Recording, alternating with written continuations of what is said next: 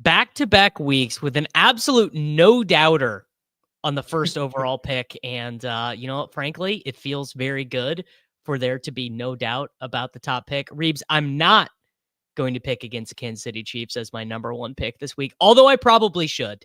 Probably should be a pretty clear week where the Kansas City Chiefs are at every possible disadvantage against the Baltimore Ravens. We are going to pick our 5 favorite games against the spread, descending from our least favorite to our most favorite. Reeves, I'll hand it off to you, man.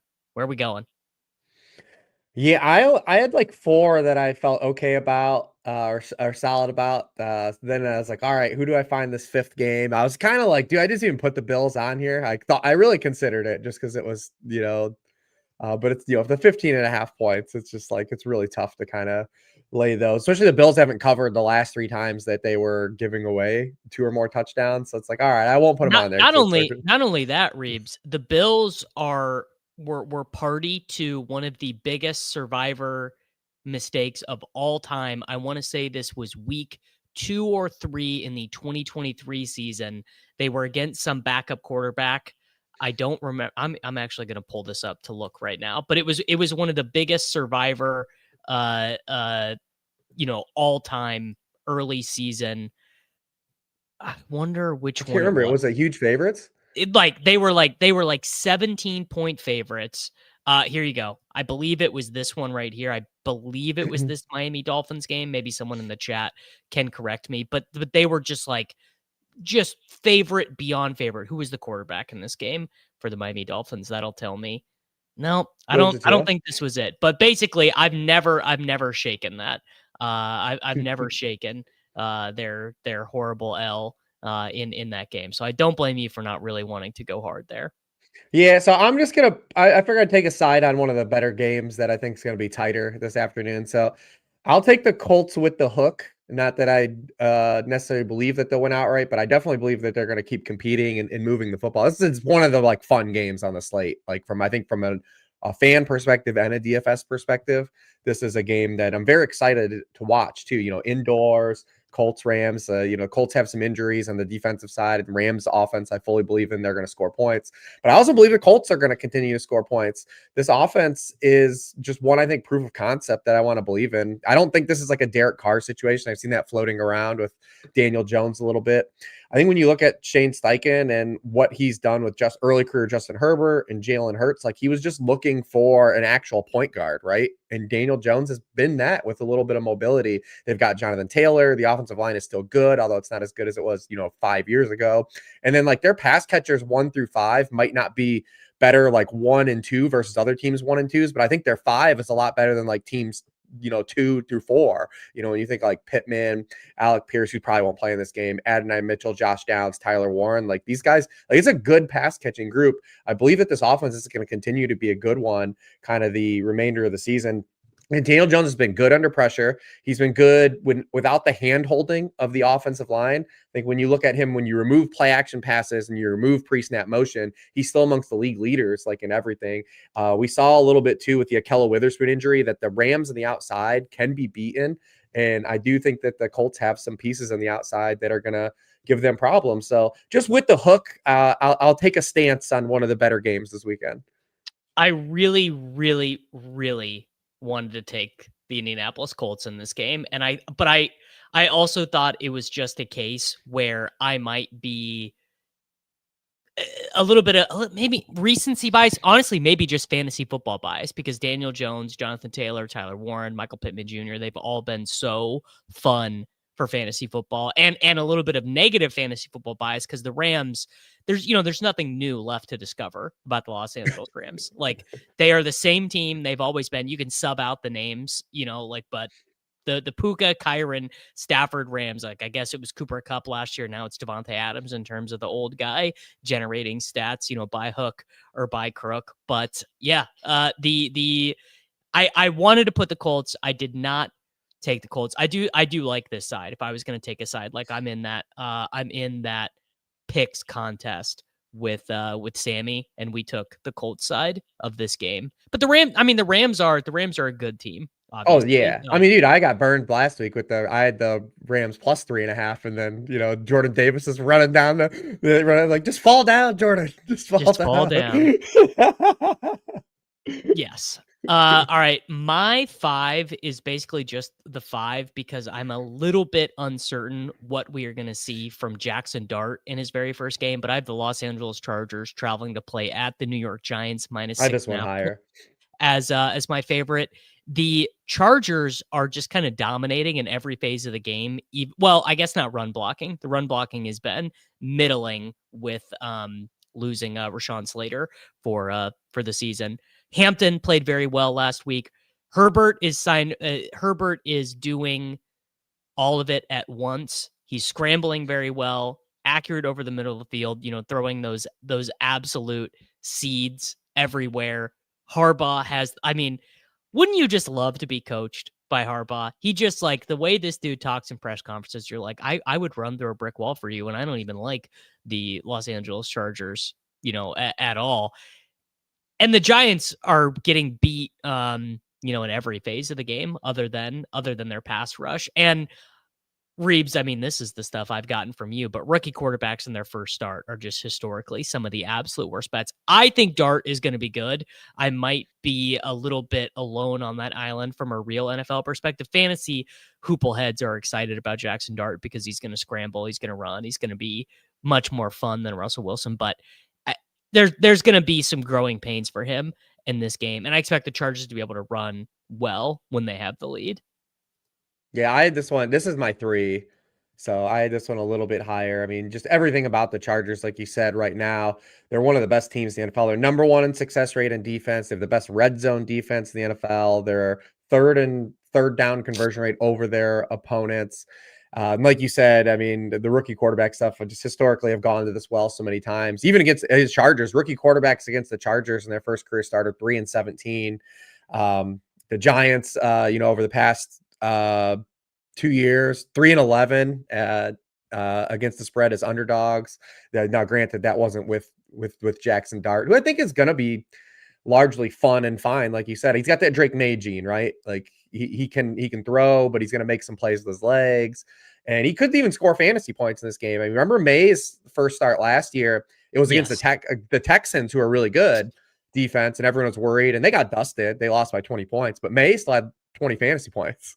So like, I think Dart can like have a bad game and still score fantasy points, and the Giants still kind of lose this game. It's interesting. This game has a lot of DFS pieces. I'm kind of interested in isolated plays, but I'm with you on this one though. I just think the Chargers are a lot better team, and they're 3-0 for the first time since 2002. Like you said, the Captain Khaki has got them cooking. So all the things line up for them. Take your pick right now. Who scores the most fantasy points? Quentin Johnston, Keenan Allen, or Ladd McConkey in this game? I think this is a good Ladd game. Okay. But I think people like, what more do we want from Quentin Johnston though? Like, the dude's out here just beating Patrick Surtain. Like this is a former first round pick who has like the side speed profile like we always have loved.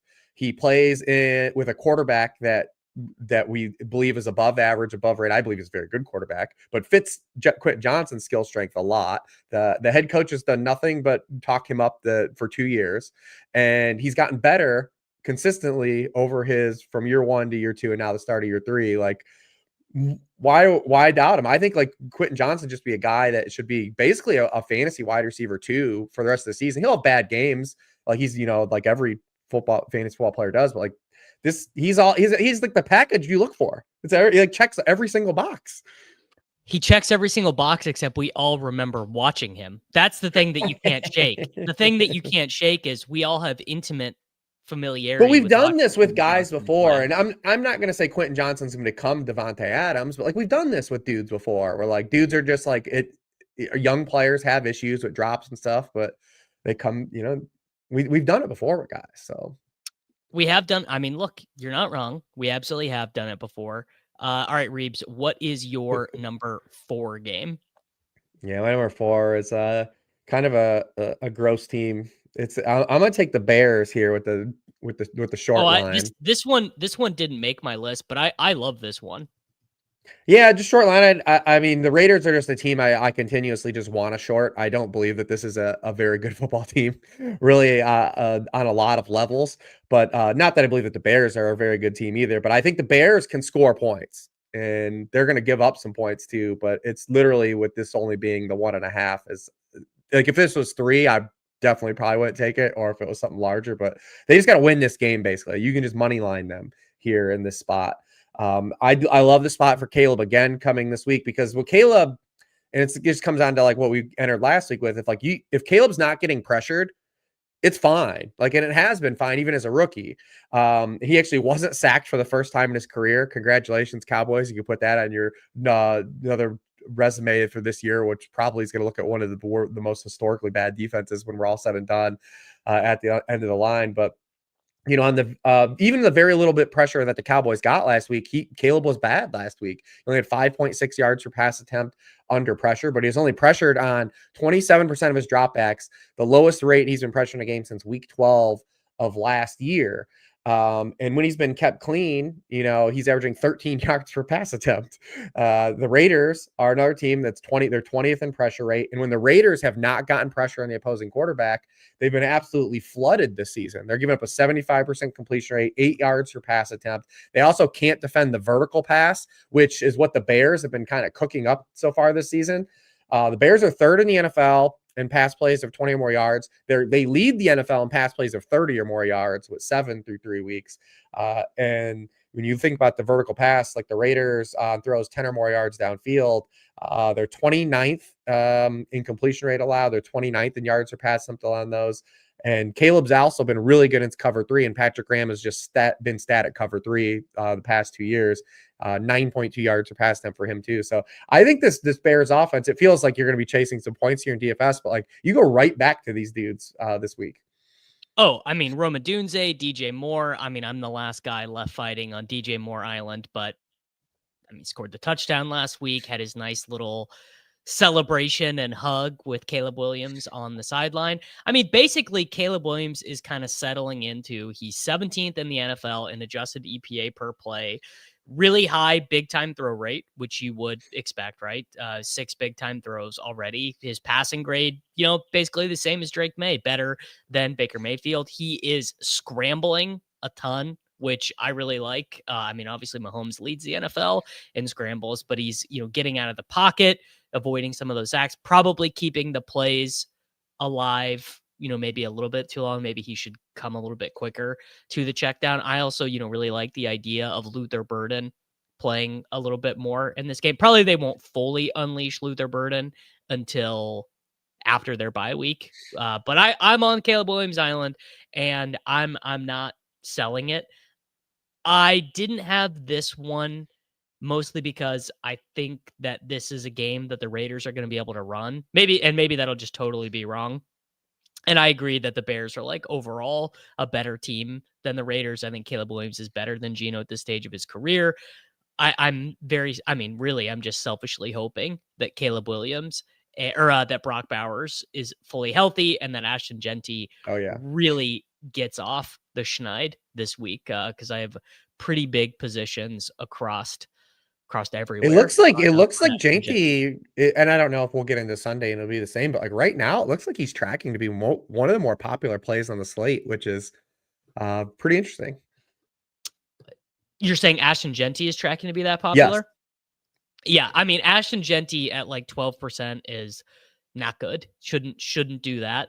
I think he looks higher in some stuff that I look at on multiple sites, like where I cross-reference, and it's like, wow, is he going to be like are we really going to be this popular?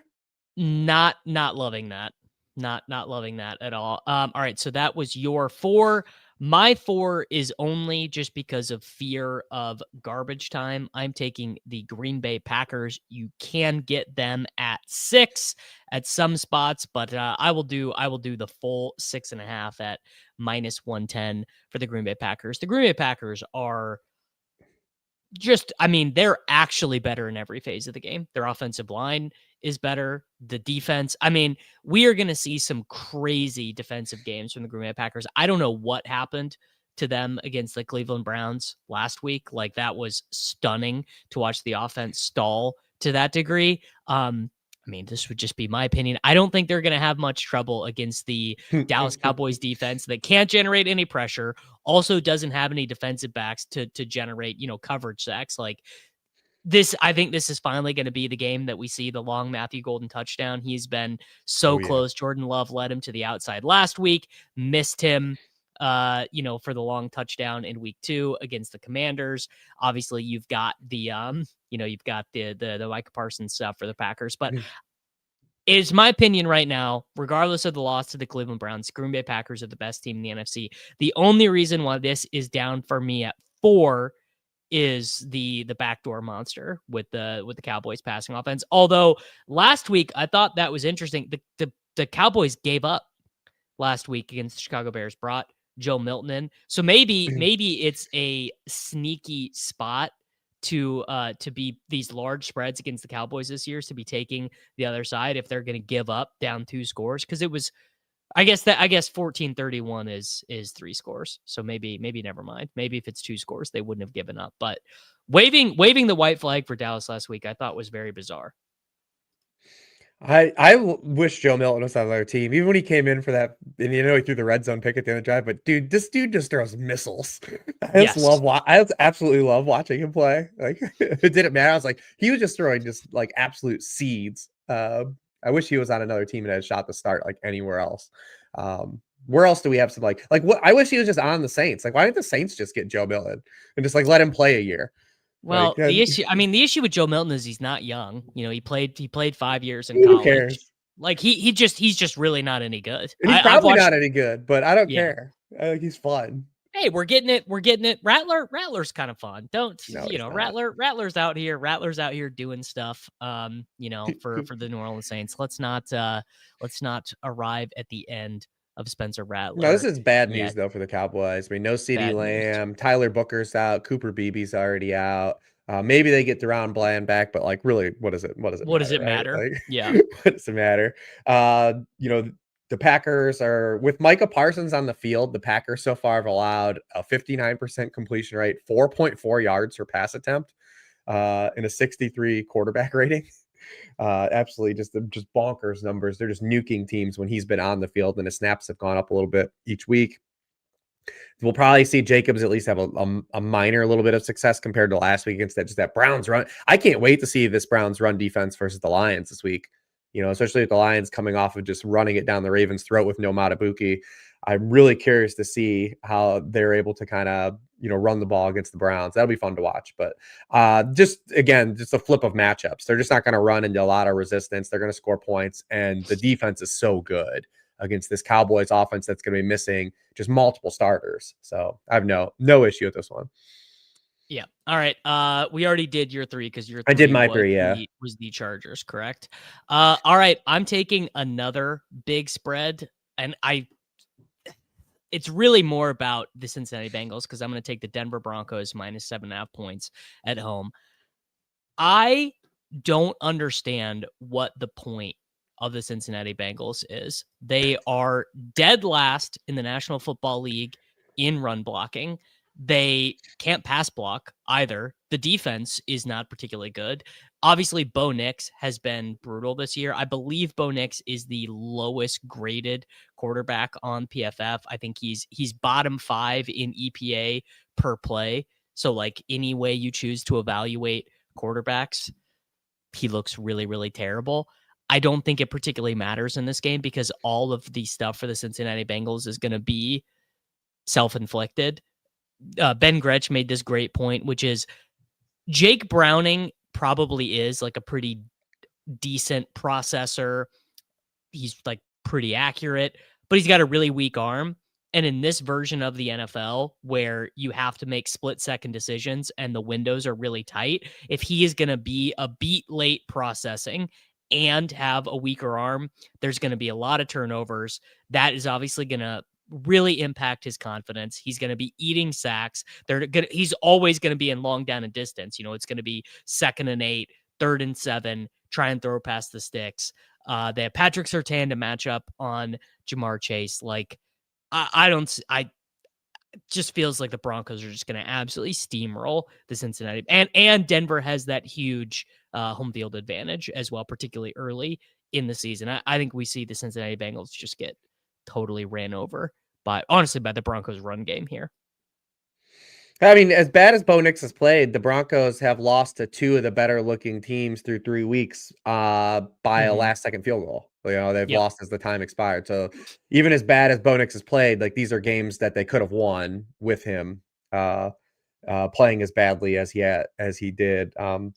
So expect him to be a little better. It feels like a big just get right spot for Bo Nix anyways, too, at home against this Bengals defense. Like the Bengals should be 0-3 realistically. I mean, you don't give back wins in the NFL. They might at the end of the season wish they had those 2 more wins if they're staring at having like pick 7 versus like a pick 3 or something.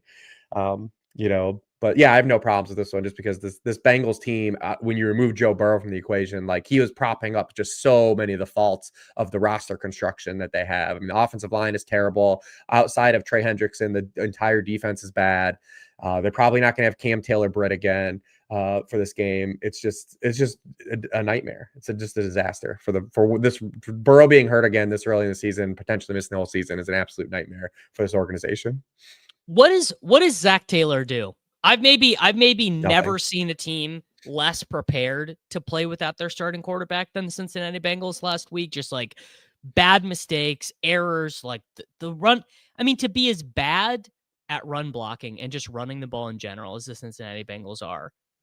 What Zach Taylor, what do you do, man? What is going on here? The whole Bengals organization is propped up by Joe Burrow and Jamar Chase. So shout out to those guys for propping them up. And Jamar Chase in fantasy is like I had him as a sell low in my video this week on Wednesday because the name value attached is going to be way greater than like his median outcome moving forward. He's still going to have some great games because he's Jamar Chase. He'll run into some good stuff. But when the injury happened, we're all in a text thread together, and we all kind of share ideas and. He was still the wide receiver 1 ranked in rest of the season rankings. And we all were like, what are we doing? We've done this with literally a handful of receivers the last 5 years where their backup quarterback comes in and they take a hit, including Jamar Chase 2 years ago with Jake Browning. And everyone was just like, was unwavered. And now a week later, it's like panic in the streets. It's like, we kind of saw this. We knew they were going to have to, especially against the defenses they were going to face over this month stretch, going against Brian Flores. Like Brian Flores was always, when you talk about the processing of Jake Browning, Brian Flores was always going to have a dude like Jake Browning in a blender because Brian Flores is the king of giving you one look pre-snap and then we're going to spin into something else post-snap. Like good luck. And then, they face the Broncos this week. They face the Lions the week after that. And I think they face the Packers. Vance Joseph also is going to have him. I'm saying they face 4. They face 4 awesome defenses in a row.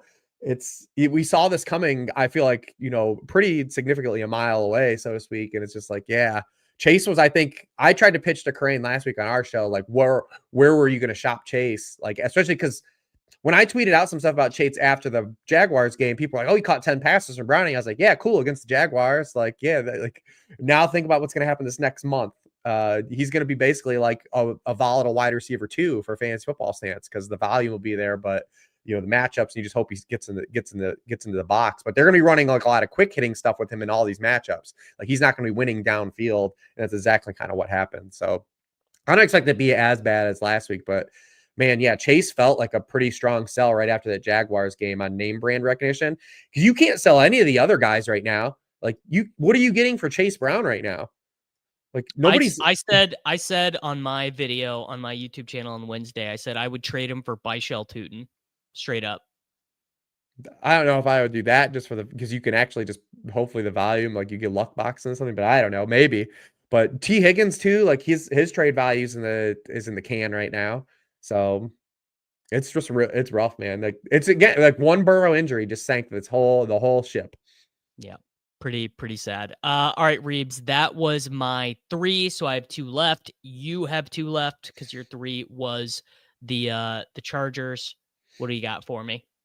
Yeah, I can't wait to just get railroaded again here, but I'm gonna take the Vikings against Aaron Rodgers. I honestly, these Europe games, I just like don't even consider them because I just don't even know how to process it. But give me your take here. Yeah, I just think that especially like with we remove JJ McCarthy from the equation and you can just have someone be a bus driver in because Mhm. we've seen this with Kevin. We talked actually about this last week with Justin We Jefferson. did. Yeah. You know, like just getting an actual bus driver that plays functional football in the Kevin O'Connell offense has like proven to just be like, if you can just keep this offense on schedule, it's going to be fine because then the defense is going to do so much lifting. And this Pittsburgh defense is just so banged up right now. I do believe there will be a point in the season where the Pittsburgh defense doesn't look as bad as it does now, but they're not going to have Alex Highsmith again. It looks like Deshaun Elliott and Joey Porter Jr. are up in the air at best for Sunday. So they're missing just multiple starters. They are giving up a ton of splash plays. They're giving up the most combined pass plays of 20 or more yards and runs of 10 or more yards in the NFL right now. I mean, if they don't have 2 goal line turnovers, they probably lose that game against the Patriots last week as well. So I just feel like the Vikings win this game outright, and with it not being, any, significant key number, I feel comfortable just kind of taking them in this spot where it's like kind of a -1.5, -2.5, depending where you can get it at, of them just winning this game outright. I mean, Jordan Mason obviously doing a great job keeping the ground game effective, but the Vikings defense is so opportunistic, and not that Rodgers is going to be as cowed by Brian Flores as the average quarterback, but the Steelers are just one of those teams where you look around and you're like, man, they just don't have very many good impact players. It's like, okay, Rodgers is kind of spinning it. Certainly he's not peak Rodgers, but he's not Rodgers is playing fine He's this season. boring. He's the He's lowest ADOT in the NFL. They're just like throwing all these short passes. They've turned DK Metcalf into a check down merchant. a lot of Jalen Warren. Corain and I recently realized this, which is that by the time people like me start to know defensive players, they're already washed. So like the fact that I can name 5 defensive players for the Steelers is a really bad sign for their defense. Like if you're on your third contract, like I know what Hayward and Jalen Ramsey and these guys, like the fact that I know who these guys are is super bearish for the Pittsburgh Steelers defense. I think the Vikings 1-53 are certainly better.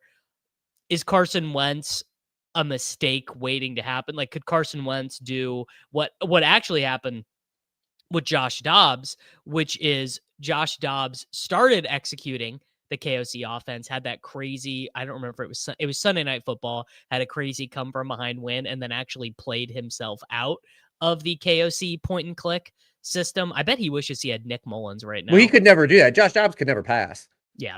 Josh Dobbs not a point and clicker. Carson Wentz, as Mr. Shackelford notes, he is kind of famous for slinging it and turning the ball over. Although it looks like KOC has done to Wentz what he has done with many of his backup quarterbacks, which is said, "Hey man, you want to come and resuscitate your career? Come and play with me at the Minnesota Vikings. We treat the backup quarterback position like an important position, like it matters to our roster." And it feels like the results have been pretty good there. A So lot of I these guys that are like the Wentz, the Darnolds, you could even include Mariota in the Cliff version of the offense. Jimmy Garoppolo with literally McVay or Shanahan. Like these guys aren't necessarily good quarterbacks, and when they're forced to drop back like 35 times a game and play freewheeling offense, that's when that's when all their faults come to fruition. Or like show up. But then when these guys are like able to be schemed up and play and like positive game scripts, like that's when they're just fine. And that's when they start to look like the EPA hacks. And then that's when all like the ball knowers get mad at the like stuff like EPA and like YPA and all those things. Cause they're like, Jimmy Garoppolo's not fucking good. Like, like you can't sell me on this. yeah.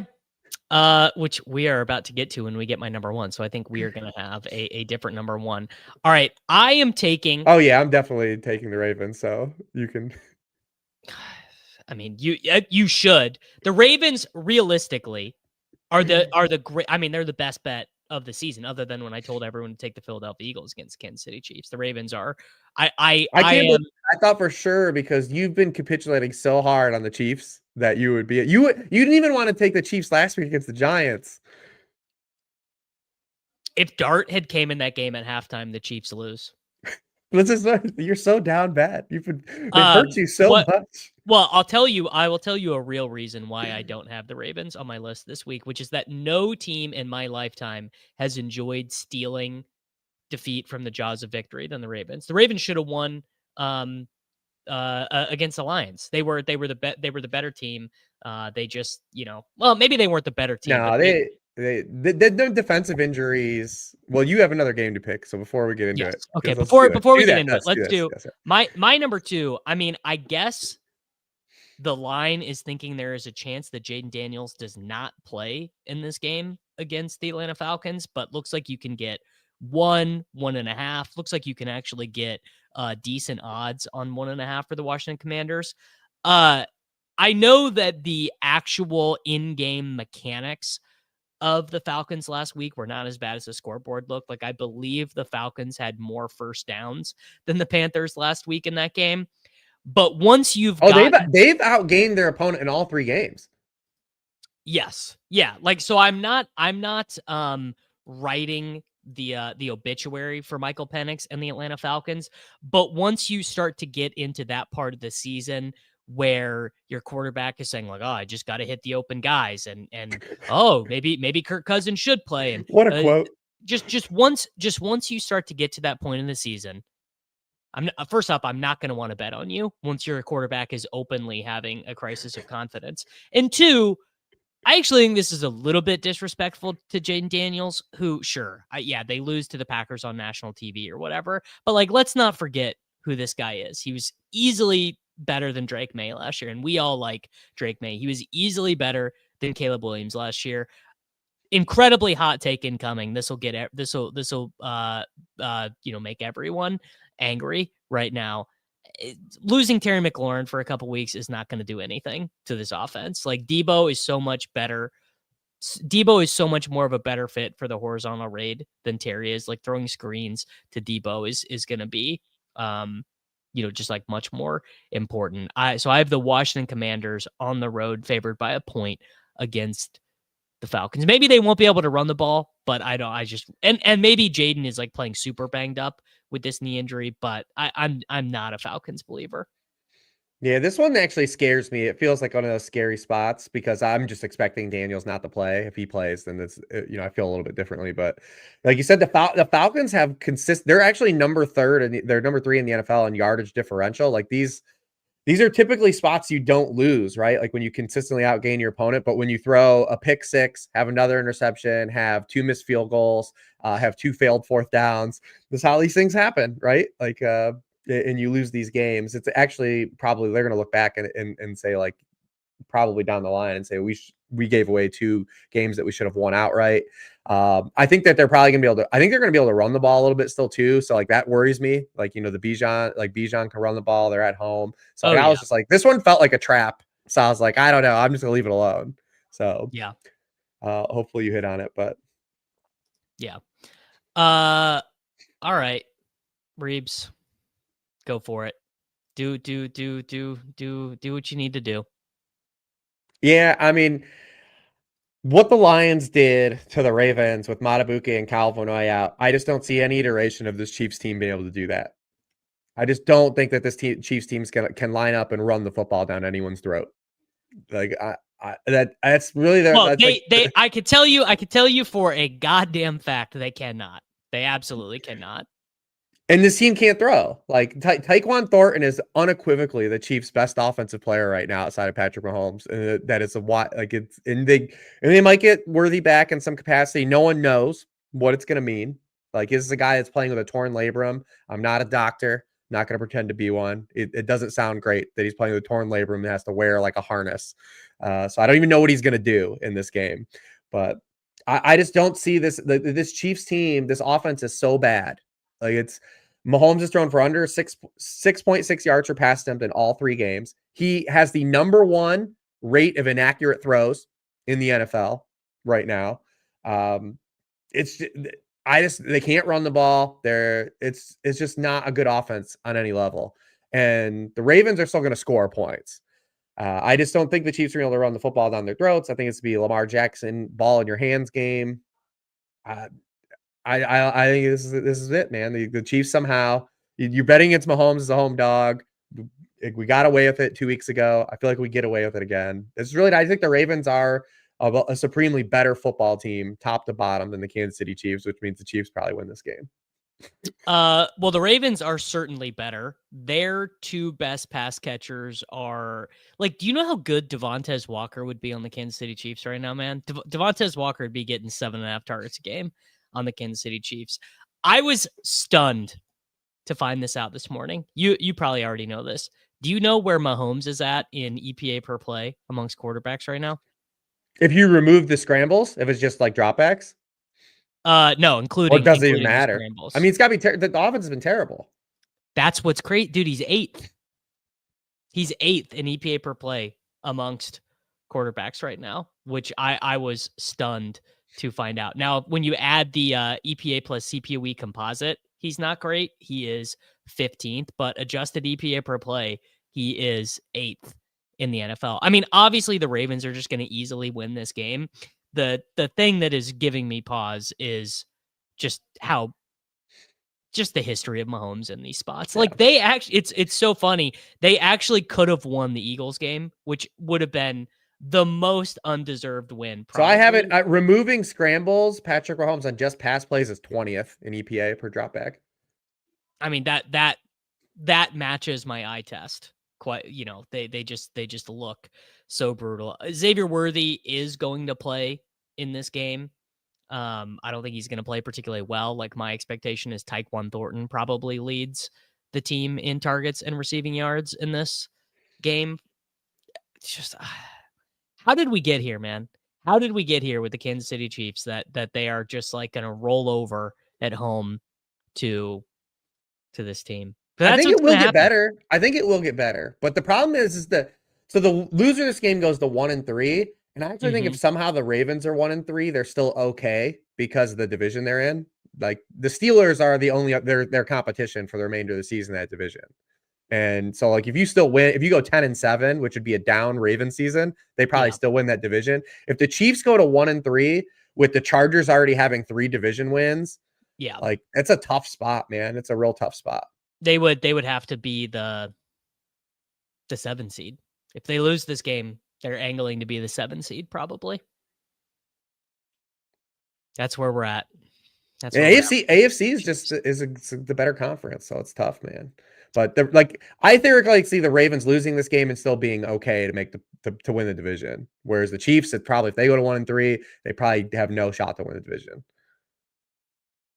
But it was always, and listen, the Chiefs could come back. They're not in the grave yet. Like they're still, the defense is good. They're gonna get Rashee Rice back. Maybe Worthy gets like healthier too, and like it all comes together in the back half of the season. The thing, and I've been obviously researching this a ton. I don't think Worthy can get any better until he has surgery.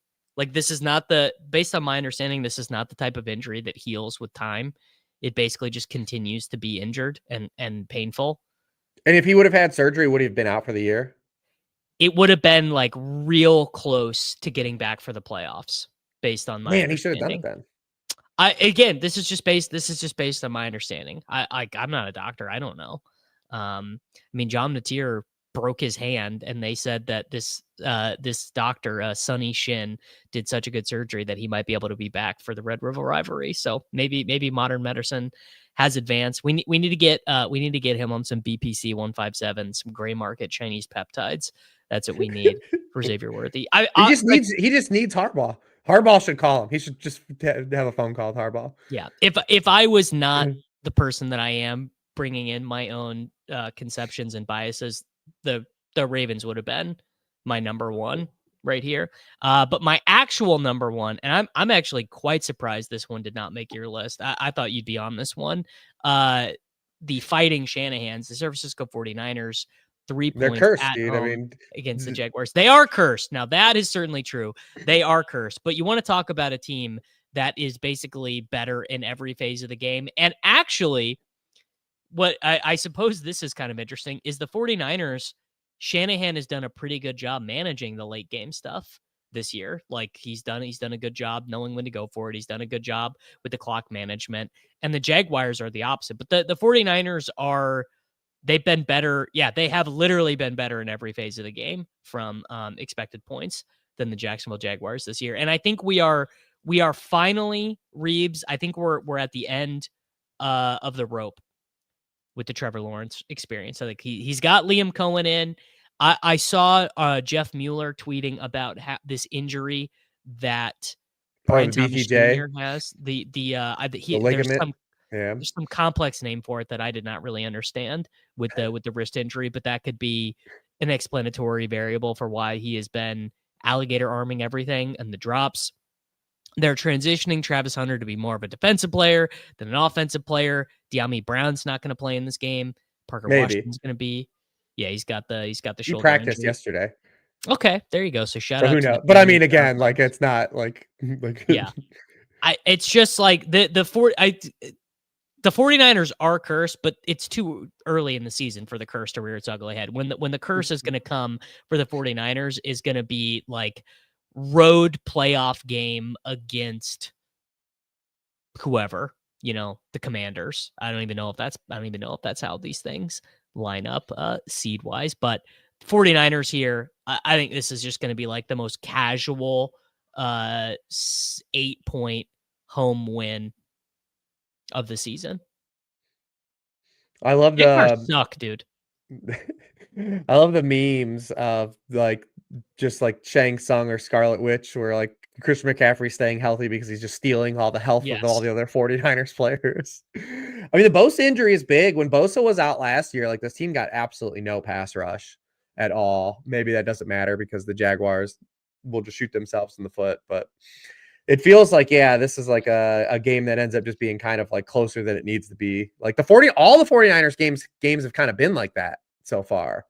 So maybe the hook comes back to haunt also, you. I guess I should weight it in here that one of the things I'm expecting is that Purdy plays.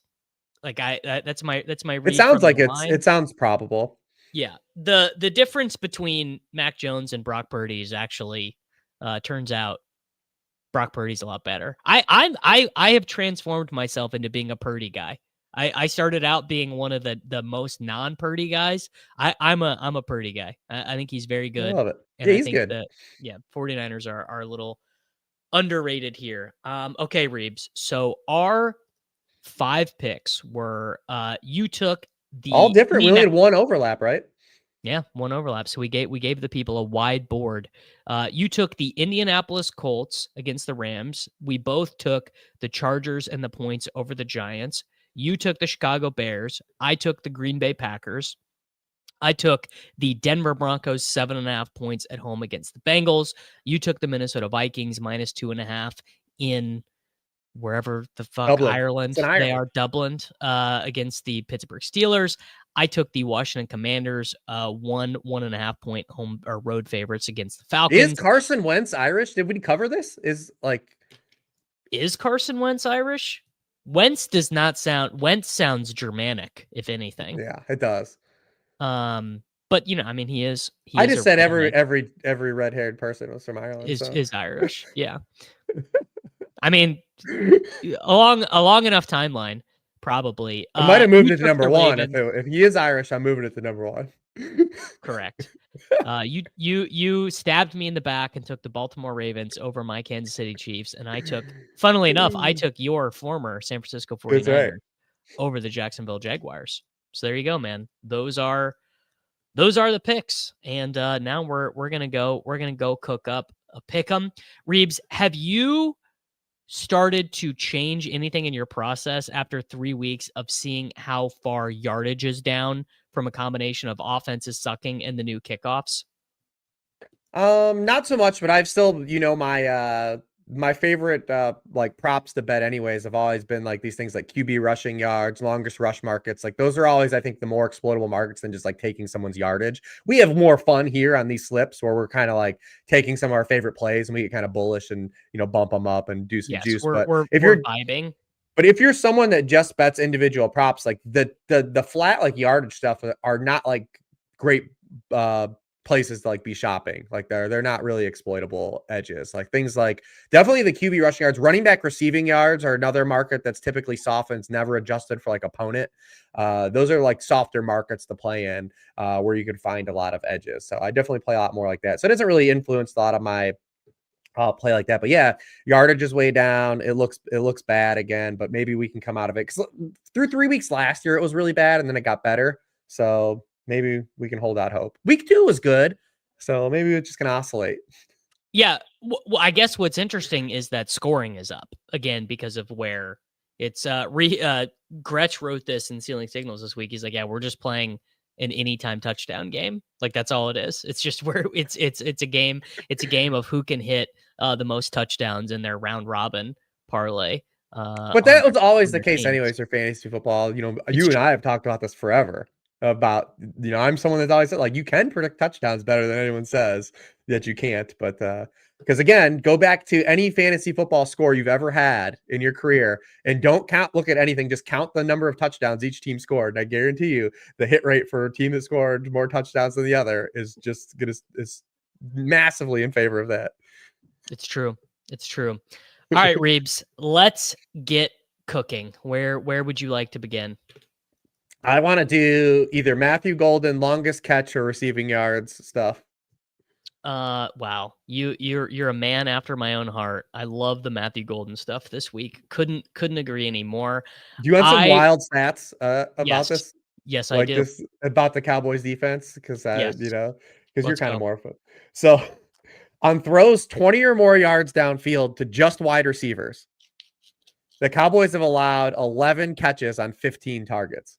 It's a 73% completion rate. No other team has allowed more than 6 of those completions. The league average completion rate on those throws is 37.2%. The Cowboys have allowed 8 receptions, 35 or more yards to wide receivers. They've also allowed 5 touchdowns on those throws. The next closest team is 2. Got Matthew Golden running 28% of his routes, his vertical go routes. It's number 7 in the NFL. Like this feels like you're either in it. You can probably combine these if you're doing like a parlay or something. Like it's not really the way I would play it, but like if he catches his longest, he's going to hit his receiving yards. Like his receiving yards is like 40.5, I think is what I bet at the opening of the week. What is it at? What do you have it out here? Looks like we've got 44.5. And his longest catch is 22.5. I bet it at 20.5 because if he catches the longest, like he might even just get it in one. But if he ends up hitting his longest, he's going to hit his receiving yards. And we had the big bump in usage for him. He went up to in his first week. He ran a route last week on 84% of the dropbacks. So he's like the full-fledged wide receiver too. All right, let's just do, you know what? Let's even do a little slide. We're going to take him up to 59.5. That's going to give us a little bit extra juice. That kind of gets us a little bit upside, but also I couldn't agree more with you. Golden has been so close already, and now it's just like straight up a full-time player gets this dream matchup. We're going to take him up. If he was on the main slate, he would be one of the most popular plays easily this weekend. Yes, he would. I want to look at Bucky Irving receptions. I think he's going to be one of the beneficiaries of just the way this offense is going. He had 29 touches last week, Reeves. Mm-hmm. Do you like Bucky Irving higher than 3.5 receptions? Yeah, I don't mind that at all. We saw the shift last week in approach for the Buccaneers when they were missing all the offensive linemen, and they're also going to be missing Evans here too. Mayfield had his quickest time to throw in a game last week. The Buccaneers also ran their highest rate of screens in a game last week, so they were cognizant of the missing pieces up front, getting the ball out quick and just running kind of some of that quick stuff. So I don't mind this angle of it. All right, bang. There we go. We've got 2, Golden and Bucky. Where do you want to look at next? Who else do we like here? This feels like we got to just do the James Cook anytime, right? Yeah. It's got to be just James Cook anytime. I mean, it's even at a 0.76 multiplier. That feels underpriced. He's absolutely scoring a touchdown against the New Orleans Saints. I think 32-point implied team total. It's a lot of points. I'm not a math guy, not a science guy, but I do think that is a lot of points. I have not looked at these yet, but I want to look at what the Trevion Henderson stuff is. 11.5 rush attempts, 9.15 fantasy points. Oh, buddy. Yeah. Yeah. What do you like here? I like receptions or rush attempts because I think he's going to be efficient. What about fantasy points? Just raw fantasy points. Yeah, let's do raw fantasy points. What do you like? I mean, those all look good though. I was gonna say, like, I think you could do.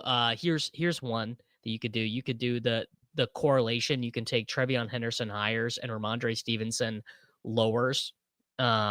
could do, lower fantasy points, not to score a touchdown, whatever. Because I do think that the change is here. You can't fumble twice and still have your job. And then Gibson fumbled too.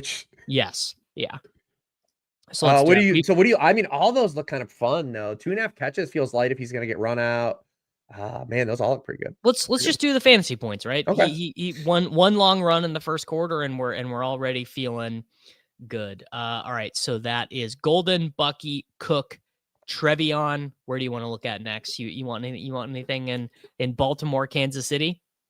The only thing I'm really on that game from a prop perspective so far is Lamar's rushing yards, but we don't have to go there. I wonder what Mahomes' rushing stuff is in this game, because he is gonna. I bet this will be a big 4.5 rush attempts. Not gonna get the kneel downs though. No kneel downs. Not gonna get the kneel downs. Not gonna get the kneel downs, Patsy. What about either like a Caleb longest or? I like that. Caleb Williams. We've got 22.5 rush yards, 5.5 rush attempts. Longest rush, 10.5 yards. So what about that? Does he have longest completion? Longest completion, 34.5 that's a long completion.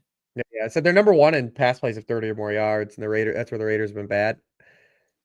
Yeah, nothing's great here. Fantasy points might be the play on that one too, but I don't know. I'm not in love with anything that I saw there. Let's do fantasy points. We don't have to force it if you don't like some.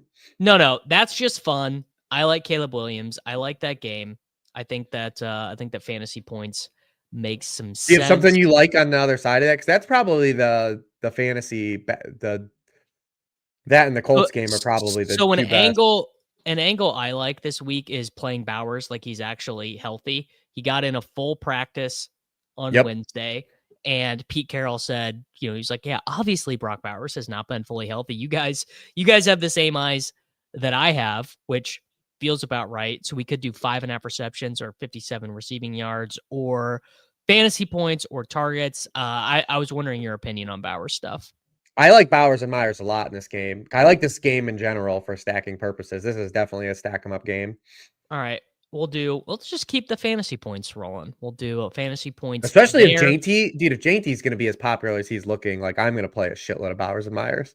Yep. I'm 100% with you there. Okay. We need 2 more Reebs. Give me one more. Phone in on another top Reebs play this week. But I brought up Ladd McConkey earlier. Do you want to? What is? Sometimes I don't see how juiced he is because there might be still a high. No, it's pretty good. 5.5 receptions, 63.5 receiving yards, 6.5 targets feels really low. Honestly, any of those seem good to me. Yeah. Do you want to do the yardage here on this one? I like this. Giants are 31st in points fantasy. Maybe it's just fantasy points again. That's weird because we've been doing a lot of fantasy points. But the Giants are 31st in fantasy points allowed to slot receivers. Also, they're running the 3rd highest rate of man coverage. McConkey's been targeted on 10% of higher route rate against man coverage than zone so far to open the year 2. Definitely feels like a little cheaper spot for him. The problem with him for DFS is the touchdown stuff. This is now a 2-year sample where they just don't utilize him in the red zone. Well, Amarian Hampton is going to score 2 touchdowns here. So, yeah, I think let's do a little mini slide. Let's get him up to 69.5 receiving yards. Let's take that. I've got one more. I'd like to take something from the Detroit Cleveland game, and I want to get your perspective on this. Okay. So I like our classic longest rush, 15.5 yards for Gibbs. Also, if we are thinking like, oh man, this Cleveland run defense, they're not going to be able to do anything. I think 5.5 receptions for St. Brown or higher than 7.5 targets for Amon-Ra St. Brown. I think both of those look all day. Yeah, I have him written up as my top GPP receiver play of the week. Because again, you talk about the pass funnel stuff, but Cleveland's playing man coverage, the league highest rate. They blitz at the 12th highest rate. They put their guys in, on islands. They play aggressive defense. Amon-Ra so far to open the year has been targeted on 41.7% of his routes against man coverage, just under 5 yards per out run. Obviously, take the yards per out run with a grain of salt in this particular matchup, because facing, the Bears and the Ravens compared to the Browns is different. But also he has the highest team target rate against the blitz at 36%. So definitely targets and catches feel probable here to get hot. All right. Matthew Golden, 59.5 receiving yards. Bucky, 3.5 receptions. James Cook to score a touchdown. Trevion Henderson higher than 9.15 fantasy points. Caleb Williams, 18.55 fantasy points. Brock Bowers, 11.05. Lad McConkey, 69.5 receiving yards. Amon-Ra St. Brown, higher than 7.5 targets. Reeves. I mean, that looks like a surefire winner. I mean, yeah, these are always fun. I love doing these. Yes. We have been one leg away on these multiple times. Is that true? I always forget, because they're like 8 legs, and I'm like, I can't never remember what we all had. Yes, it is true, because my process with these is basically I start to check them at halftime of the first games, and just to see what the sweats are. Like, oh, am I actually looking? And because you go and you check the green dots, like, oh, how many green dots do I have? I'm like, oh, we got 4 green dots. Like, all right, well, we got a little bit of something cooking here, but we will, Reeves, let you be on your merry way. Tell the people about the High Low show, and I'll see you next week. Yeah, I'll be on, at noon live. Are you still recording? Are you live still noon on this channel? No, we're cool. done. We're done by noon. All right, so yeah, feel free to come over in a half hour to join. Me and Hilo. We do a show called Searching for Ceiling, where, man, we the last couple of weeks we've had some really fun calls. Hilo had a Sterling Shepard call last week at min price, which was nice. And got me to him to free up some stuff too. Obviously didn't smash, but got you to some keyer pieces last week too. But come check us out over there. We kind of go off the wall and look for some weirder angles that maybe not as popular as we walk through some games. Check that out too as well. All right, everyone, go check Reeves out. Check his stuff out on Sharp Football Analysis. And we are going to be joined now by one Mr. Nez Takes to cook some pick'ems, a little reunion. Basically, to take you guys inside baseball. Just if anyone wants to come on, if any of my friends, Daigle, if you're listening, whoever wants to come on and cook some pick'ems, I'm happy to do it. But Nez, I greatly enjoy cooking pick'ems with you on the dog application. How are you celebrating the United States basically already being locked into losing the Ryder Cup on this beautiful Friday morning?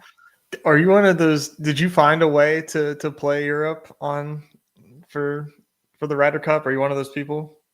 No, come on, man. I'm not gonna like root for Matthew Fitzpatrick on my weekend. Like, I'm such a Bryson head that I'm like, well, they're probably gonna lose, but if they don't, it'll be really cool if they don't.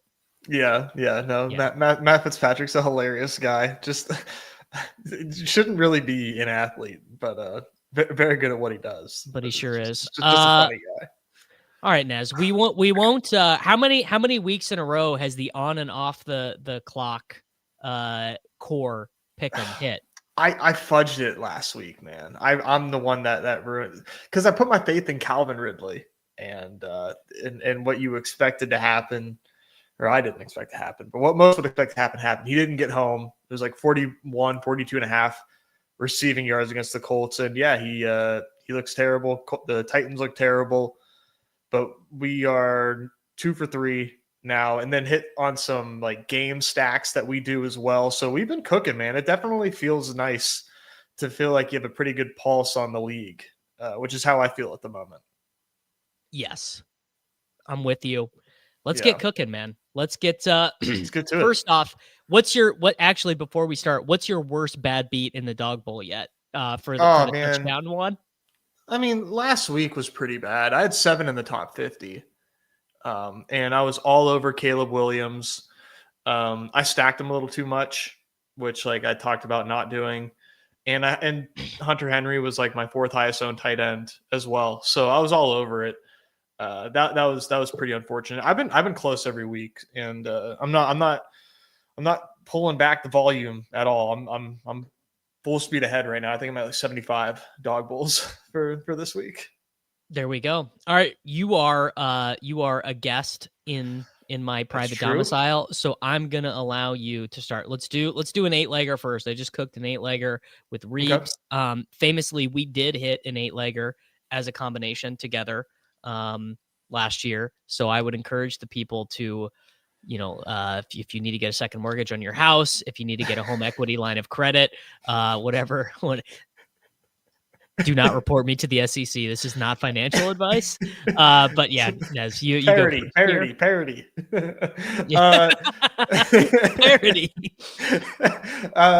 What's the theme here? Are we going like?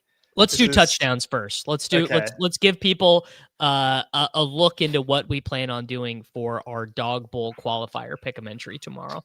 Sure. Yeah, I am going to Waymo Jamo to score a touchdown in this game against Cleveland.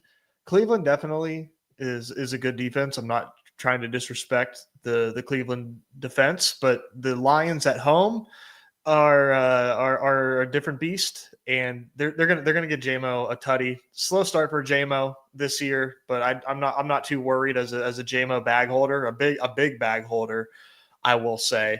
They're going to get Jamo in the end zone, and that's nice that you get Rusher receiving because you may get an end around tutty this week, but it's happening. The Lions are going to cruise.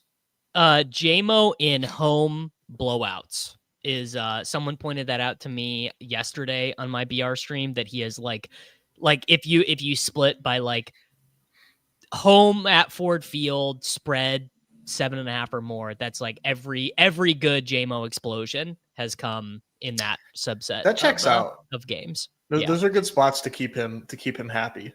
Yes, I completely agree. I'm going to take Marquise Bucky Irving. Has not scored a touchdown the last 2 weeks. They gave one to Rachaad White for whatever reason in week 2 against the Commanders, but he handled 29 touches last week. We get rushing or receiving.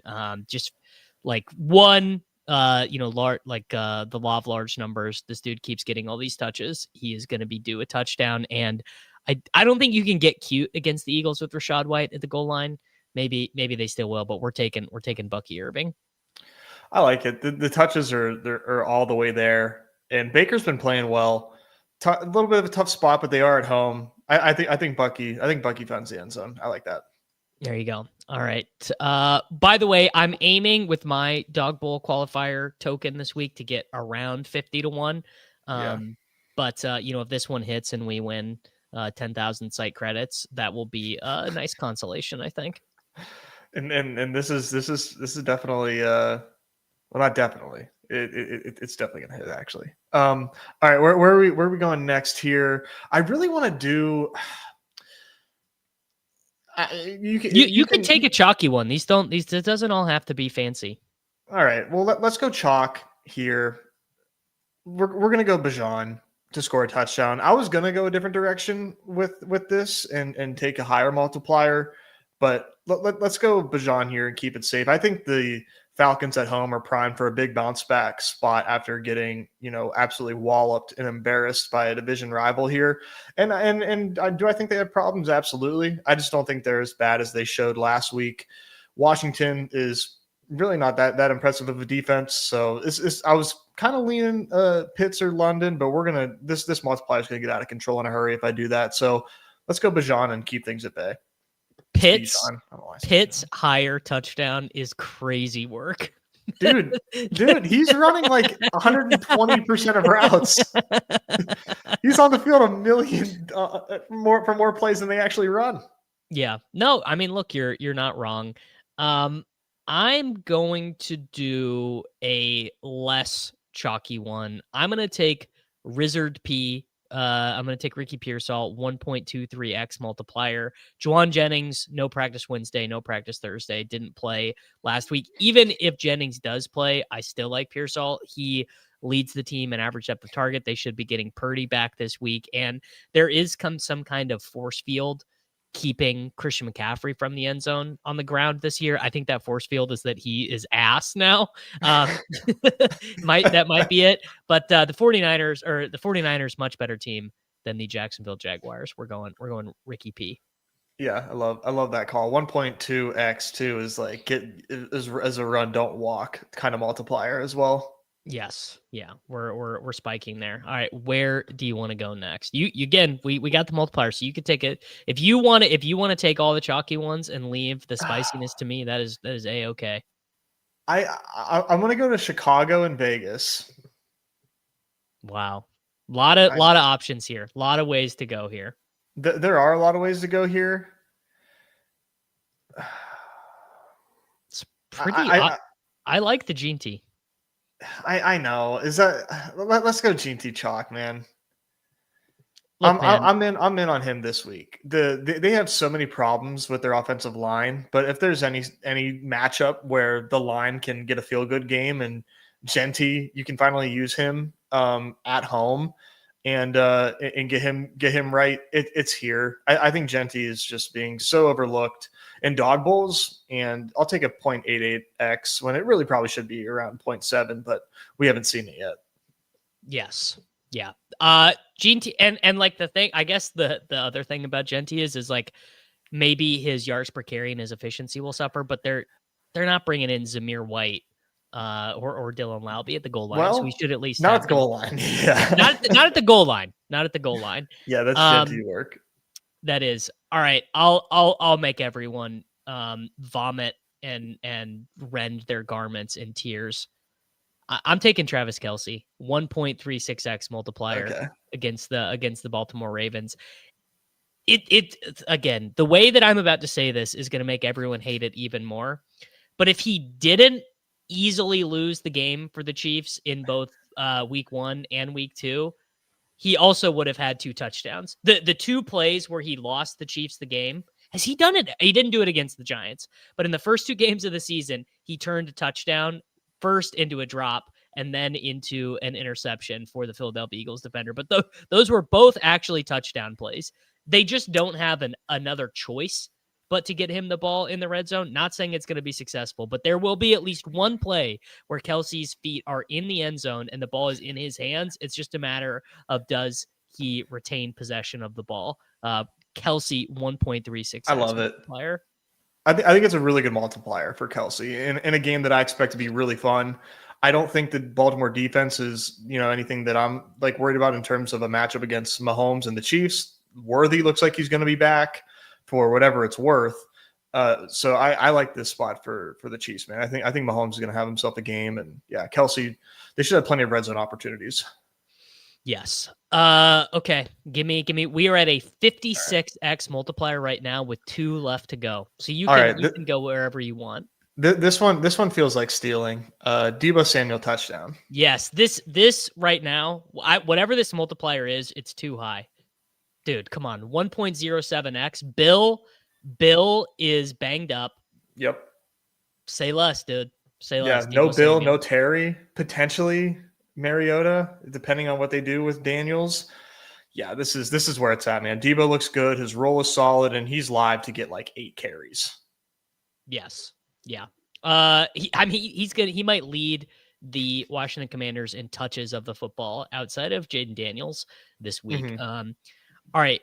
Now, this is new because last year when you used to come on and make these picks with me, we would be maxed out at a 150x multiplier. They freed us. We could do whatever we want. So we can take a chalky one here, which I am going to do. I'm going to take Amari and Hampton 0.85x multiplier. That gets us to a 176. I just for gigs, I want to see what taking a spicier one would do. If we took Trevion Henderson, that would get us to a 220. You know what? I changed my mind. We're doing Trevion Henderson to score. I'm doing both. Both. You know what? You're right.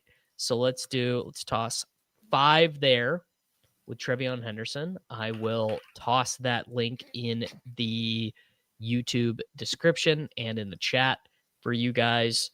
That one. So if you're watching on replay is in there. It's also in there for the audio people. And then I'm going to show you guys something. This is advanced dog application 101, but you just click a little reuse players button. You X out Henderson, you scroll up to the Chargers game menu. You take Amari and Hampton, and we're going to toss 5 site credits on that one. Actually, these are not site credits. These are real US dollars in my account now because I've played through all my site credits in the BR. So now they're just real dollars. That's the thing, man. If people want to, I can show them the money tab. It's all withdrawable funds, baby. It's all withdrawable funds. Yeah. Don't forget about your boy. Yeah. Okay. Now we got to do the Hateful Eight. Let's go. Which as I would note this, yards are NFL offenses are averaging 317 yards per game right now. So yardage lowers, I think, are all very interesting priced. Yeah, I was reading Stealing Signals, and Gretch was making a big note about the NFL landscape in that regard, where so much of the downfield movement is because of like penalties and penalties being called at such a high rate, probably to kind of offset some of the defensive. It's the highest percentage of first downs that have come via penalty since that started being tracked. Yeah, and honestly, great call by Goodell for putting that boss call in because we need offense so badly. Shout out Goodell. Yes, honestly, I'm not mad about that at all. Like, unless it happens to my team, then I'm furious. Literal breaking news right now. Jaden Daniels not on the practice field with the other quarterback, so it is going to be Mariota for the Commanders probably. Do with that information what you will. Well, he looked good at least, so there's that. Yeah. Okay. Let's start hating, man. Let's start. Right. We could just start hating away. This is gonna definitely. It goes against all my principles, but I'm gonna start with a Jalen Warren lower on rushing yards. Get us started early in the morning. I have very little hope for the Steelers overseas against a Vikings defense that is very strong. Steelers right now, I have a lot of concerns about them against good competition on both sides of the ball. I do not think they're going to have the opportunity to rush Jalen Warren enough to get him 58.5 rushing yards, considering he hasn't been efficient against this strong Minnesota defense. And I think the Steelers just got to pass a lot. So the volume, I just don't think is going to be there for Warren at all. So we're doing the lower on his rushing yards or his combo yards? I was going to just say rushing because he's been breaking off long passes. The combo yards is really high, but I want to play this through rush because there's a chance that he gets peppered with targets. I don't think it's out of the realm.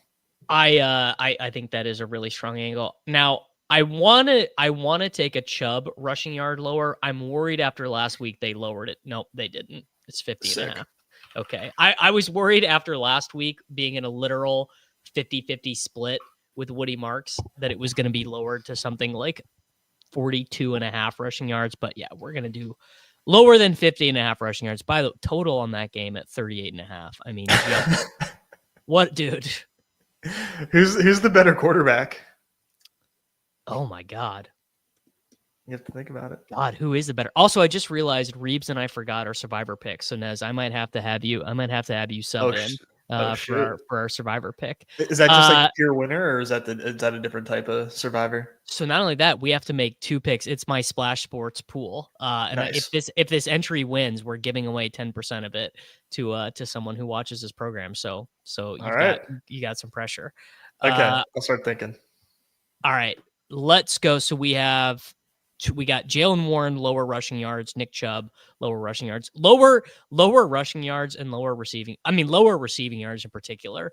Like it's been a print fest. And I can say that as someone who's continually taken receiving yard hires for no reason, just routinely getting punished. Yeah. When you identify the good lowers, man, it's just like everything just kind of like makes sense in the world. You're like, oh, okay. When you accept that lowers are possible, and you're like, when you're going through the dog app and you're like, wait, I can just click the lower button. Oh, it feels incredible. It really does. Yeah. Coming to that realization is very nice. All right. Menu's yours, brother. Where are we going? All right. I got to think because, I've got rose colored glasses from the dog bowl and just thinking that anything's possible. Let's go Jacksonville and Niners. Man. Let's do lower on Trevor Lawrence pass yards. I just can't stand this guy. I can't stand him either. I mean, sadly, I will say that a Travis Hunter touchdown lower, even at like what does 0.66 translate to, like -400 or something? I mean, you toss that into any of your entries on Underdog this week. That is, look, it ain't happening, man. It ain't happening for old T Hunter. The slappies were wrong. It's been one of the tougher scenes that you could ask for. I hate it for our guy, but yeah, I do too. It's brutal.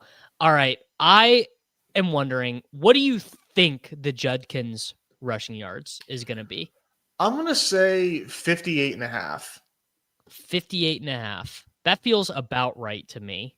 Quinshon Judkins' current rushing line is 56.5. Love Quinshon. Maybe we do lower rush attempts on Quinshon Judkins. They're still playing Sampson and Ford a little bit. They are 9.5 point road dogs. 14.5 rush attempts is a lot of rushing attempts. It is. I don't think you can go wrong. They don't play like very fast. No, they do not. One game environment that I'm reminded of from last week, and this is way different because the Saints are a different beast, but the Saints were down like 1 million points and continued to hand the ball off to Kamara. I do think that they're like, maybe rush attempts is the move with Judkins because he's so efficient. I think they're going to get waxed here. I think they're going to get waxed, and I think Judkins could literally punish us on like the second drive. It's like Quinshon Judkins 63-yard rush turns into a field goal for the Cleveland Browns. But yeah, I think let's do Quinshon. Ooh, Quinshon Judkins also to not score a touchdown. Kind of fun. Kind of that. I'm going to do the lower on rush attempts. I think that's a pace of play thing. I think that's playing the score line. Let's do Quinshon Judkins lower rushing attempts. And let's go. Where are we at next? All right, let me add that one in. I'm good. I'm locked in. Let's go to Buffalo, New Orleans, and we can actually play something from like the favorites angle here because this game I just think can get out of control in a hilarious fashion. Score a touchdown. Here's what you have to ask yourself: which Bills player is Liam using his universal karmic power on this week? Is it Kincaid? Is it Coleman? Is it 3 touchdowns for James Cook? Like where is he gonna put his energies this week? I think he's gonna call Josh Palmer week. Josh Palmer or Elijah Moore. Khalil Shakir not to score 0.7x multiplier.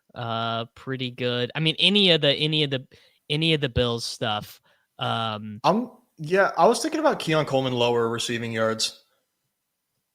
Love it. 39.5 is low. What about lower receptions? Dude, they're gonna Josh Allen is gonna pass the ball like 21 times. He's gonna drop back 21 times. He might not even throw it 21 times. There's just nothing for Keon Coleman here. We can do receptions. I'm just telling you, both are gonna hit. Receptions helps us from a bad beat perspective. Sure. You like dude, 1 for 52 and 1 is well in play for Keon Coleman here against these New Orleans Saints. All right, we're already up. We can eat some of the lower multipliers here because we're already at a 17x. All right, let's go. Easy. Oh, they took the rushing yards away from. Oh, it was blacked out for me for a second. Lower than 32.5 rushing yards for Ramondre Stevenson. Can I sell you on this being Trevion Henderson's backfield?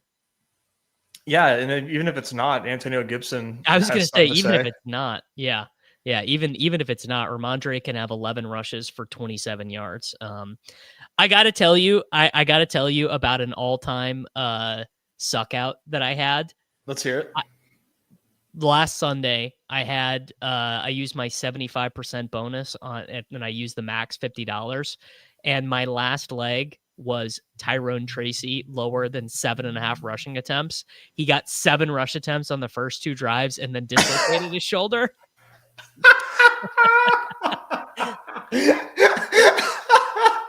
You were gonna get smoked in like I the was first gonna get 10 minutes. smoked literally in the first quarter. Like he just easily started. Scatterboo had played like 2 snaps and it was totally over. And I see Tyrone Tracy laying immobile on the sideline. I was like, well, shitty for him. Feel bad for him there. We had such opposite experiences because I had like 50% Tyrone Tracy in the primetime Palooza because he was like a 6th-round pick. Yeah. He was so cheap. So I was like, oh my God, I just made the sharpest play in my life. And then his shoulder falls out of his body. So that's fun. Man, I tell you what, I have got some good teams in the current PTP that is ongoing because I have like 80% Zach Charbonnet. I thought it was the greatest edge I'd ever seen in a PTP slate. The only thing I did wrong was I only took AJ Barner once. Which felt pretty bad. But I was fading Marvin Harrison Jr. Maybe not good actually. Maybe Marvin Harrison Jr. might actually be in the winning lineup now. He's going to be close. He's definitely live for it. But you can survive 14 Marv Harrison points probably. Yeah. But that was a great call with Sharps. He was so cheap, and I had like no Ken Walker in that because he was way too expensive the whole time. It was so obvious that Sharps is going to play. All right, we got 2 more haters. Then we'll do a super slide, and then we can skedaddle. Give me your haterade. All right, who are you fading in BRs? Who are you just like, man, this guy, Nico Collins, maybe someone like that? I'm definitely fading Nico Collins. That's a good call, but like, he's just like, but he's Nico Collins. Like, I think he's a better fade in BRs than maybe in pick'ems. I was going to take us to the Meadowlands and fade everybody's darling, and I hate to do it, but fade Cam Scatterboo and take a lower on his rush. Literally one of the most obvious plays of all time is fading Cam Scatterboo here as Devin Singletary just easily starts this game for the Giants. I mean, you could do rush attempts or fantasy points. The fantasy points is rich. 13? Okay, I'm sorry. Cam, it's not. It literally brings me no joy. Like 70 yards and a touchdown for Scatterboo against the Chargers with Jackson Dart at quarterback. Yeah. He's never checking down. I mean, Scatterboo has a great pass roll. But like, dude, Dart might get 8 alive, and that's what everybody expects. So I actually looked this up yesterday. The most receptions one running back ever had with Dart at Ole Miss was 19. The highest a running back ever was in the hierarchy of Ole Miss wide receivers was 5th, like amongst like all players. And his final season at Ole Miss, his 2 running backs were 7th and 8th on the team in receptions. This is not a man who is born to check down. That's not what Jackson Dart is about. Yeah, they're going to have an interesting role, relationship together in this backfield. I'll be interested to see how much receiving work he ends up getting, but they're going to drop back a ton. Dart's going to scramble a bunch. Yeah, doesn't seem good. Yeah, I want to look at what QJ stuff is. QJ lower than 4.5 receptions. QJ not to score a touchdown. What's him not to score a touchdown? They're probably 0.72. I need more. Come on. Don't they watch the games? I need more than that. Okay, that gets us to a 72x multiplier. I'm trying to think if there's any other obvious spot that is likely to be mispriced. Maybe Brian Thomas Jr. 59.5 receiving yards is really rich. His wrist is hurt. His wrist is hurt. His wrist is hurt, and here's an easy one. Isaiah Pacheco lower than 35.5 rushing yards. I've never clicked the lower button faster. Yeah, my God. I mean, does he have 35 rushing yards on the season? He did get to 45 against the Giants, so shout out to him. 27.5 rushing yards for Kareem Hunt. That one's also really good. Mahomes is going to drop back a ton here, though. So yeah. All right, there we go, man. That's that a $10 entry will net you $10,044 on the dog application right now on the Hateful 8. Yeah, we might run bad on Scatterboo might get 9 garbage time receptions, but also he might not. If you think about it. Yeah, I just don't. Yeah, it's not going to go well for the Giants here. I cannot possibly imagine. If it is, then things can get really fun in New York, where like, oh my God, what a debut for Dart. I would love that. I think we could use that in the football zeitgeist, but it's just so unlikely. All right, Jalen Warren, lower rushing yards. Chubb, lower rushing yards. Lawrence, lower passing yards. Judkins, lower attempts. Keon Coleman, lower than 3.5 receptions. Ramondre, lower rushing yards. Scattaboo, lower fantasy points. Pacheco, lower rushing yards. All right, that's the hating is done. We now need to slide. Okay. I need 3 picks that is going to get us to a minimum of 100x. So can we have the Xavier Worthy conversation? God, it's just like, here's the deal. It's so hard for me to imagine him being fully healthy and operational, but I think the Tyquan Thornton usage is clearly an identifier that if he was healthy, this dude would be scoring like 22 fantasy points per game. But he just can't possibly be healthy. So you know, like what the deal is just like, if he's out there, he's out there. It is what it is. Like he can only like dislocate it again, but he can't like technically make things worse. The surgery is inevitable. You can't tear your labrum more than it being torn. Correct. So the surgery is inevitable here. So my big question is it pain tolerance or like functionality? I believe it's literally that he cannot bring his arms higher on his body than this. I believe the technical thing. Do you know? You probably don't even know what this is. So this is what he's wearing on his body. True story. This is there's a physical therapist in the Slappy Central Discord, and he's like, this is exactly what he's going to be wearing. It's called a Sawa brace.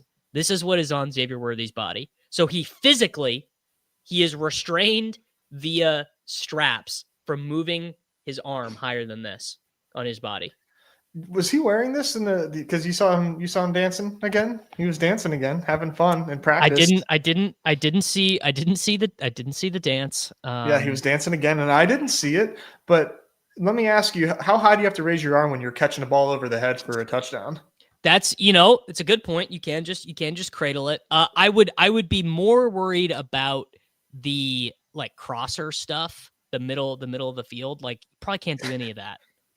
He'd probably get like BTJ syndrome if they ever ran him across the middle of the field, where he would just like crumple and fall to the ground, even if the target came his way. But ultimately, man, if he's out there, is he not gonna look? Like the point is that if he's out there, he's gonna fucking play. 100 yards is a 7.17x multiplier on Underdog Fantasy. You can't make me not take it. I think obviously what I would say is that either his median lines are insanely overpriced or insanely underpriced, one way or the other. Yeah, so you might as well. His medians are bad. Absolutely, one way or the other. Absolutely. All right, there you go. Xavier Worthy higher than 99.5 receiving yards. I want to see what a Bowers multiplier will get us, because speaking of wonky health, sure, we have a fully healthy Brock. Well, not a fully healthy. We have a Bowers who is playing with the brace, but has been full practicing all week. The Sawa slider. That's what they're calling it. So here's our question. 100 receiving yards for 3x, or 10 receptions for 7x. I wonder. This already gets us to a 167 multiplier. So we probably don't have to slide it that far. We can slide it down. What if we slide it down to okay, hold on. Let's do some thinking. What if we get him to 89.5 receiving yards? Okay. 89.5 feels pretty doable at a 2.07x multiplier. That's good. I think that aligns with things I think are reasonable in the realm of outcomes and something. I mean, Brock Bowers had a 100-yard game 2 weeks ago, and everyone's acting like he's dead. It's true. It's true. I mean, the fact that he got so much work off the. Yeah, Michael Mayer concussed. Mm-hmm. Okay, what's our final leg here in this entry? Oh man, I'm once again begging and asking Shane Newman and Hope Bishop and their associates, fantasy point slider. I'm begging you for the fantasy point slider. I'll pay whatever. Just let me do it, even if it's no difference. You could charge the same multiplier. Just let me do it. Just let me do it. All right, let me toss an idea out to you. Okay. 99 and a half receiving yards for Matthew Golden. Yeah, I'm sold. That gets us to a 371x multiplier on the dog. I love it. Sign me up. $3 will win you $1,100. This is the most simple process I've ever seen. I mean, why not? Who says no? This isn't that crazy. This actually is not that crazy. It's not. These are all really good football players. These are all more likely than all the horrible anytime touchdown. Like, this is way more likely to hit than your 8-leg dog bowl touchdown entry. Yes. Yeah. I mean, it's not that crazy. Dude, it's Brock Bowers, Xavier Worthy, and first round pick, fastest man alive, Matthew Golden, against the Cowboys. Dude, he had a 96-yard touchdown and a 99-yard touchdown that Jordan Love just messed up. That's it. Mm-hmm. All right, Nez, when can the people find Off and On the Clock? You know what? I'll even hyperlink them. They can just get redirected right to Off and On the Clock after this. But when is it going to pop up? Thank you. Yeah, no, we are live at 3 p.m. Eastern today. That is our Friday time. Myself, Peter Overzet, and John Warner going to break down the Battle Royale slate, break down dog bowls, fire more pick'ems if that's your thing, and have some fun over there. So yeah, I would love it if you guys would join us. That'd be great. There you go. Check the fellows out over on the Badge Bros YouTube channel. Make sure you like the video. Make sure you're using promo code Davis if you want to tail the easiest 317x that you're going to find in your life. And we will see you back next week.